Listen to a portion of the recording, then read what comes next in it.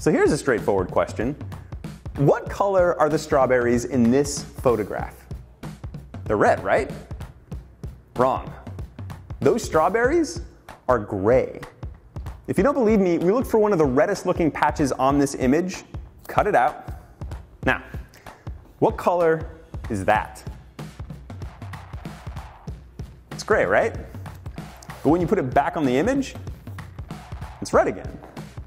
It's weird, right?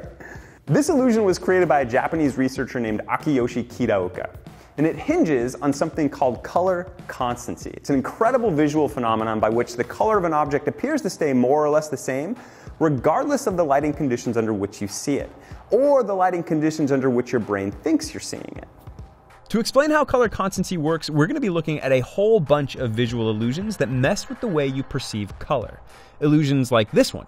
Can you tell which of the squares on the left is the same color as a square on the right? It's probably not the ones you think.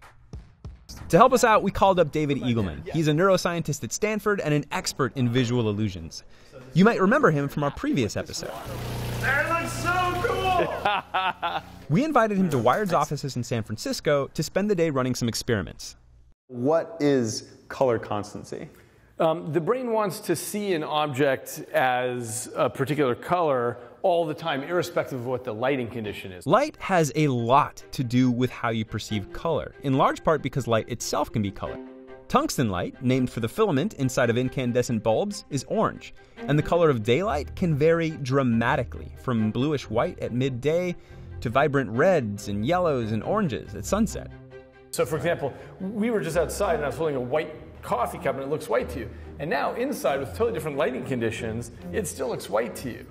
Even though what's actually hitting your eyes is different in the lighting, because of what's called the illuminant that comes and reflects off of this, what actually hits you is very different in these cases. And this would look white to you if we were under tungsten or fluorescent or an incandescent bulb. That's what color constancy is. So what's going on with that picture of the strawberries? To find out, we worked with an artist named Reina Takahashi to create some paper strawberries and put them under different lights. This looks kind of like midday sun. It's this very, very bright, clear, kind of white color. Yep. And this is a much more yellow. This is clearly just like a tungsten light. So what happens if we move these into the light? Let's try this. Okay. They do look slightly different, but they remain red, even though what's called the illuminant is quite different on them.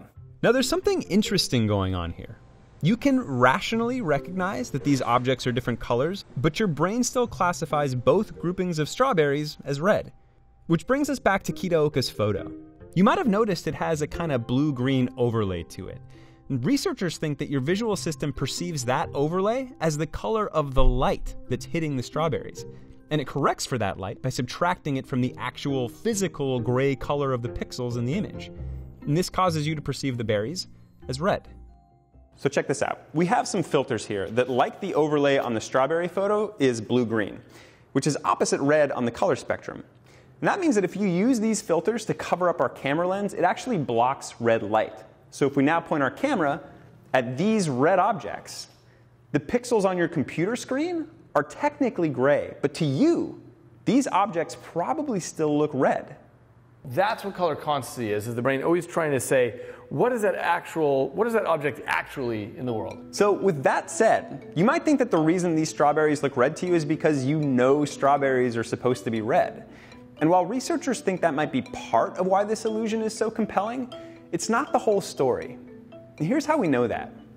These objects we just showed you, unlike with strawberries, you have no prior memory as to what color this kind of object should or shouldn't be.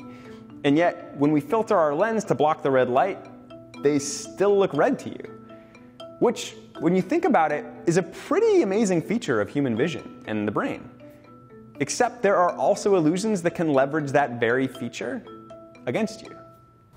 Okay. So this is the painting.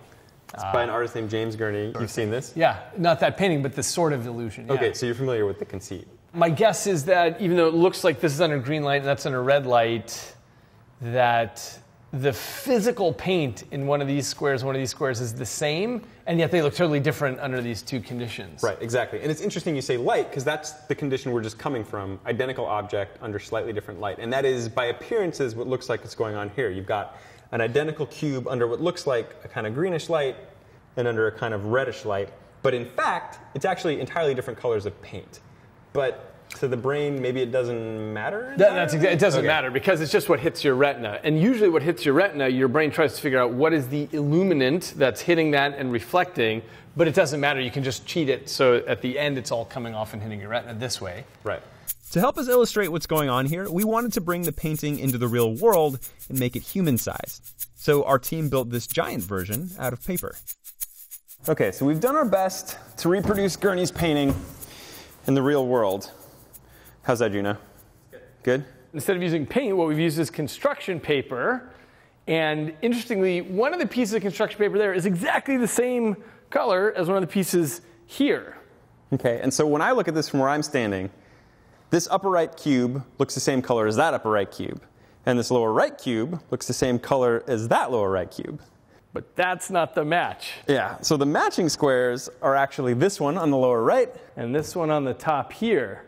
So let's go ahead and prove that, which we can't do in the painting, but we can do physically like this. Okay, so you can see that this is exactly the same color of construction paper here. And that is 100% the same piece of paper. So if we put it back over there, the key is that because this side of the world appears to be bathed in a green illuminant, and this is in a red illuminant, they end up looking quite different, because the way your brain judges the color has to do with all the surrounding colors as well as the illuminant around. And so what your brain serves up to you can be completely different than what is actually physically hitting your retina. Okay, so here's my question. Is this happening in my eye, or is it happening in my brain? Good question.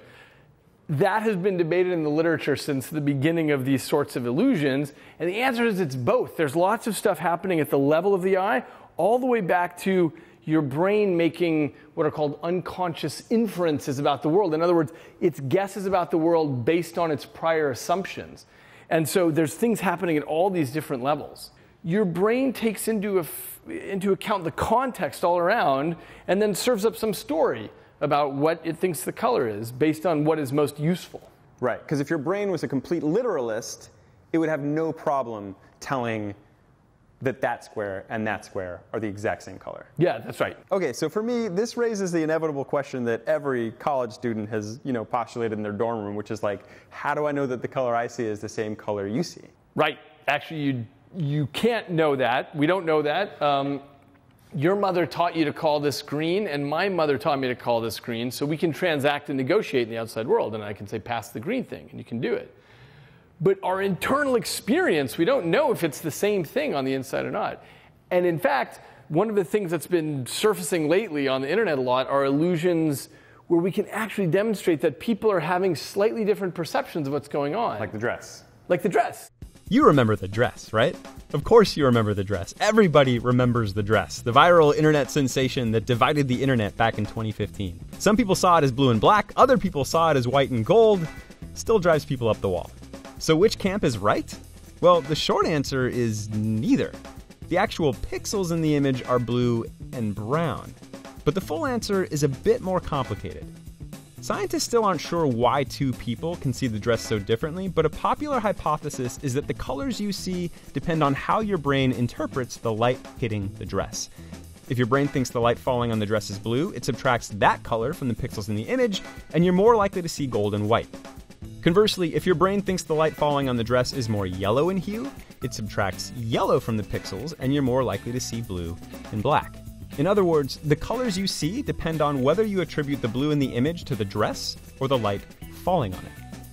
And believe it or not, this isn't the only time the internet has been divided over the color of a piece of clothing.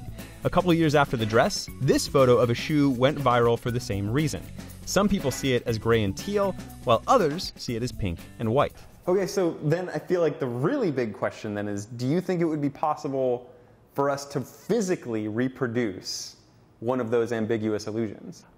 I think we could tweak the lighting. The difficulty is knowing we'll see it in just one way. And the question is, how do you test it? if we don't see it opposite ways, how do we know we've captured it? Well, we'll have to find some other people and ask a bunch of people. And if some people say it's one way and some people say the other way, then we've reproduced it. Right. Yeah. Well, let's give it a shot. All right, let's try. Good. All right. So we set about applying everything we learned up to that point.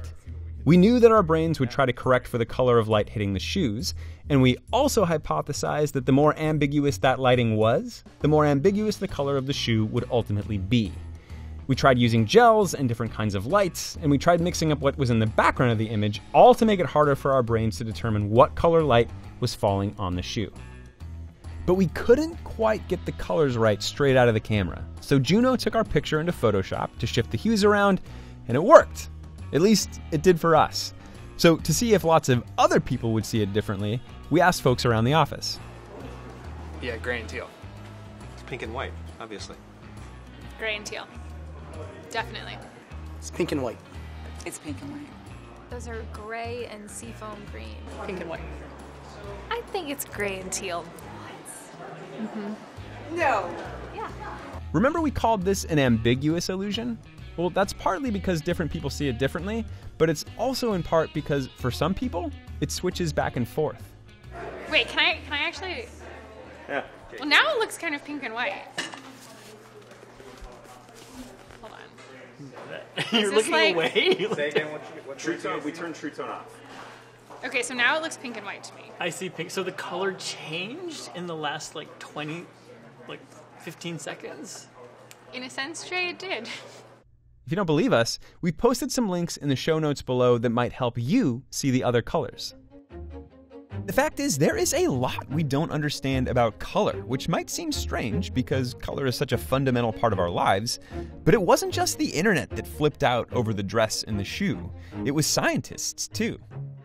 Before the dress, researchers had never observed such stark differences of opinion over the color of an object, and they're still not entirely sure why those differences exist.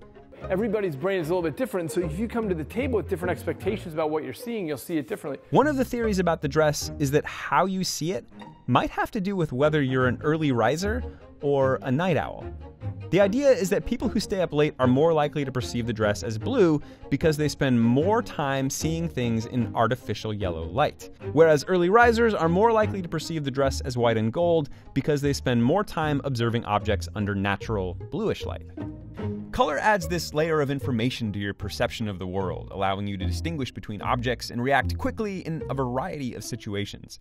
Most of the time, you don't even think about all the work your visual system does to serve you that information.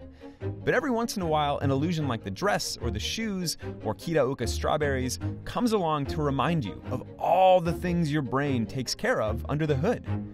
Which is pretty amazing, right?